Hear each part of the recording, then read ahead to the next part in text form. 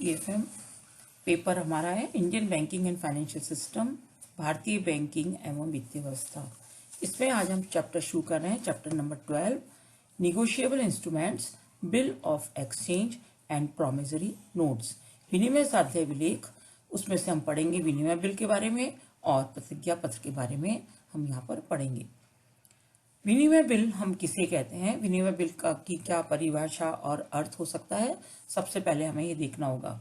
भारतीय विनिमय साध्य विलेख अधिनियम 1881 की धारा 5 के अनुसार विनिमय बिल एक लिखित विपत्र है जिसमें उसका लेखक अपने हस्ताक्षर करके किसी व्यक्ति को शर्त रहित आज्ञा देता है कि वह एक निश्चित धनराशि किसी व्यक्ति विशेष या उसके आदेशानुसार किसी अन्य व्यक्ति को या उसके वाहक को भुगतान कर दे, तो इसे हम बोलते हैं विनिमय बिल।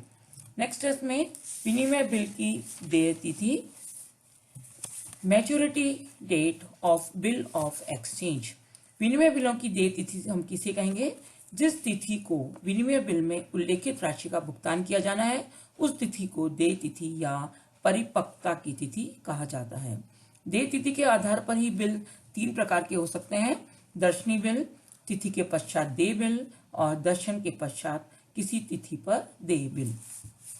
दर्शनी बिल या एट साइड बिल, ये धारा 21 के अनुसार दर्शनी बिल वह बिल होता है जिसका भुगतान मांग करने या प्रस्तुत करने पर देय हो जाता है, और तिथि के पश्चात देय बिल यह बिल वह बिल होता है यदि किसी बिल का भुगतान बिल के लिखे जाने की तिथि के पश्चात देय होता है तो उसे तिथि के पश्चात देय बिल कहा जाता है।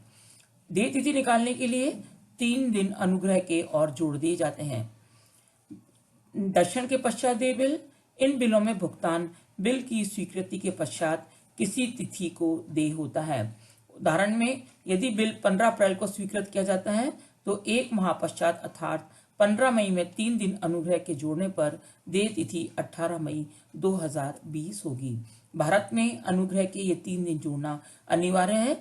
यदि इस प्रकार से 3 दिन जोड़कर निश्चित की हुई तिथि के पूर्व बिल भुगतान के लिए पेश किया जाता है तो यह प्रस्तुतिकरण व्यर्थ होता है। नेक्स्ट आता है इसमें विनिमय बिल के पक्षकारों का दायित्व, liabilities of parties of bill of exchange. विनिमय बिल के कौन कौन से पक्षकार होते हैं और उन पक्षकारों के क्या क्या दायित्व होते हैं, इस टॉपिक में हम इस चीज को पढ़ेंगे। तो विनिमय बिलों के पक्षकार में सबसे पहले है लेखक, जिसे हम बोलते हैं ड्रार। बिल लिखने वाला उसका लेखक होता है तथा वह उस बिल पर हस्ताक्षर करता है। दूसरा पक्षकार है इसमें देनदार या ड्रावी। देनदार या आरई वह व्यक्ति है जिस पर बिल लिखा जाता है और बिल स्वीकार करने के पश्चात यही व्यक्ति बिल का स्वीकर्ता बन जाता है। यदि कोई अन्य व्यक्ति स्वीकृति देता है तो देनदार एवं स्वीकारकर्ता अलग अलग व्यक्ति भी हो सकते हैं। तीसरा इसका पक्षकार है प्रापक या पेयी। प्रापक वह व्यक्ति होता है जिसे विनिमय बिल में उल्लेखित राशि को प्राप्त करने का आदेश दिया गया हो। लेखक स्वयं प्रापक हो सकता है या वह किसी अन्य व्यक्ति को राशि देने का आदेश दे सकता है। फोर्थ पक्षकार है इसमें प्रस्तावक या एंडोर्सर। विनिमय बिल का धारक किसी अन्य व्यक्ति के नाम से भी उसका प्रस्तांकन कर सकता है और प्रस्तांकन करने वाले व्यक्ति को प्रस्तांकक कहा जाता है। और लास्ट इसका जो पक्षकार होता है वो होता है धारक या होल्डर। धारक वह व्यक्ति होता है जो विनिमय पत्र का अधिकारी होता है। विनिमय साध्य लेख पत्र की धारा 8 के अनुसार किसी प्रतिज्ञा पत्र, विनिमय बिल तथा चेक का धारक वह व्यक्ति होता है जो अपने नाम से उसे रखने का तथा संबंधित पक्षकारों से राशि वसूल करने का अधिकारी हो। तो इस प्रकार से हमने यहाँ पर देखा कि विनिमय बिल के कौन कौन सी पार्टीज हैं और उन पार्टीज की क्या क्या लायबिलिटीज हैं, इस चीज को हमने पढ़ा। अब नेक्स्ट बात आती है इसमें यथाविधि धारक, होल्डर इन ड्यू कोर्स। सबसे पहले हमें समझना होगा कि विनिमय साध्य विलेख के संबंध में यथाविधि धारक का मतलब क्या है। यदि कोई व्यक्ति किसी विनिमय बिल को प्रतिफल के बदले परिपक्वता से पूर्व तथा सद्विश्वास से प्राप्त करता है या उसका प्रस्तांकित हो जाता है तो उसे हम यथाविधि धारक कहते हैं। यथाविधि धारक के संबंध में कुछ शर्तें पूरी होनी जरूरी हैं।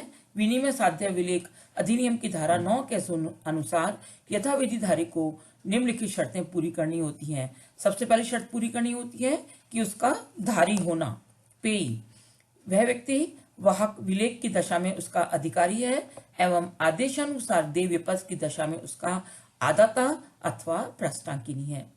दूसरी शर्त परिपक्वता से पूर्व, बिफोर मैच्योरिटी। यदि विनिमय बिल को परिपक्वता की तिथि के पश्चात प्राप्त किया जाता है तो उसे यथाविधि धारक नहीं कहा जाएगा। इसलिए विनिमय बिल को हमेशा परिपक्वता की तिथि के पूर्व ही प्राप्त किया जाना चाहिए। तीसरा इसका शर्त है प्रतिफल के बदले, बिफोर कंसिडरेशन, ओनली कंसिडरेशन। प्रतिफल के अभाव में विलेख का अधिकारी केवल धारक होगा, यथाविधि धारक नहीं। ऐसे धारक को हस्तांतरक जैसे अधिकार मिलते हैं। एंड लास्ट टेस्ट में सत विश्वास से या इन गुड फेथ, धारी बनते समय उसे ऐसा विश्वास करने का कोई आधार नहीं था कि हस्तांतरक के स्वामित्व में कोई दोष था। धारा 9 के अंतर्गत यथाविधि धारक पर भारी उत्तरदायित्व डाला गया है। यथाविधि धारक से जो भी व्यक्ति विलेख प्राप्त करता है वह पूर्व के सभी पक्षकारों से भी लेख पत्र की राशि को वसूल कर सकता है। नेक्स्ट, यथाविधि धारक के विशेषाधिकार। विनिमय साध्य विलेख अधिनियम के अनुसार कुछ विशेषाधिकार हैं जो कि यथाविधि धारक को दिए गए हैं। तो privilege of A holder in due course हम यहाँ पर देखेंगे। यथाविधि धारक को कौन कौन से विशेष अधिकार दिए गए हैं। इसमें सबसे पहला है इसके अंतर्गत अपूर्ण विलेख की दशा में।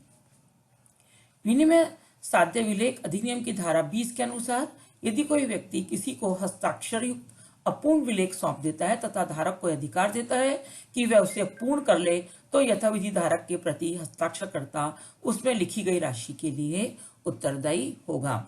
उदाहरण के लिए मान लीजिए राम को श्याम से केवल 1000 रुपए प्राप्त करने थे, लेकिन राम ने श्याम के हस्ताक्षर युक्त चेक में 2000 रुपए लिखकर हरि को बेचान कर दिया, जिसने चेक को सद्भावना से एवं प्रतिफल के बदले प्राप्त किया। हरि 2000 रुपए प्राप्त करने का ही अधिकारी है, जबकि राम केवल 1000 रुपए ही प्राप्त कर सकता था।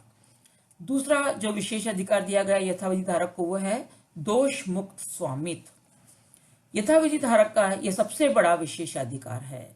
उसे प्रत्येक पूर्ववर्ती पक्षकार से अधिक उत्तम स्वामित्व प्राप्त होता है और धारा 53 के अनुसार कोई भी व्यक्ति जो यथाविधि धारक से लेख पत्र प्राप्त करता है उसे शेष अधिकार ही प्राप्त होता है। थर्ड में जो विशेषाधिकार है वो है पूर्ववर्ती पक्षकारों का दायित्व। जब तक विनिमय साध्य विलेख का यथाविधि धारक भुगतान नहीं कर दे तब तक उसका प्रत्येक पक्षकार उस विपत्र के यथाविधि धारक के प्रति उत्तरदायी रहता है। ये धारा 36 के अंतर्गत दिया गया है। नेक्स्ट इसमें कल्पित नाम। यदि कोई विनिमय साध्य विलेख किसी कल्पित नाम की ओर से लिखा गया है और उसके आदेशानुसार दिए है तो विपत्र में कल्पित नाम होने के कारण उसको अस्वीकार करता यथाविधि धारक के प्रति अपने दायित्व से मुक्त नहीं हो सकता। ऐसा धारा 42 के अंतर्गत लिखा गया है।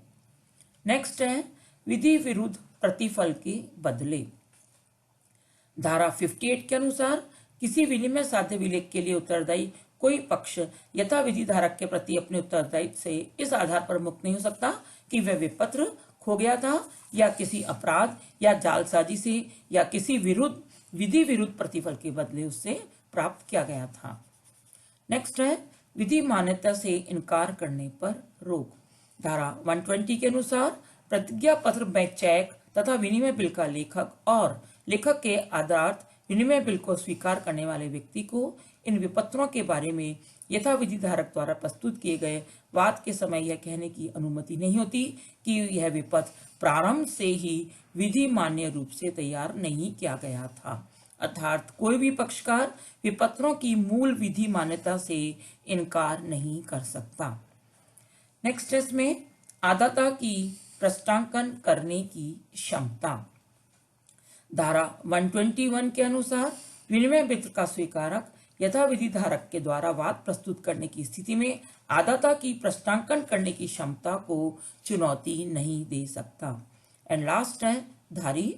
यथाविधि धारी है धारा 118 के अनुसार जब तक यह प्रमाणित नहीं कर दिया जाए कि धारक यथाविधि धारक नहीं है, तब तक अधिनियम की मान्यता के अनुसार किसी भी लेख पत्र का धारक यथाविधि धारक ही होता है। तो इस प्रकार से इस वीडियो में आज हमने विनिमय बिल की परिभाषा, विनिमय बिलों की देय तिथि, विनिमय बिल के पक्षकारों का दायित्व, यथाविधि धारक और यथाविधि धारक के विशेषाधिकारों के बारे में पढ़ा।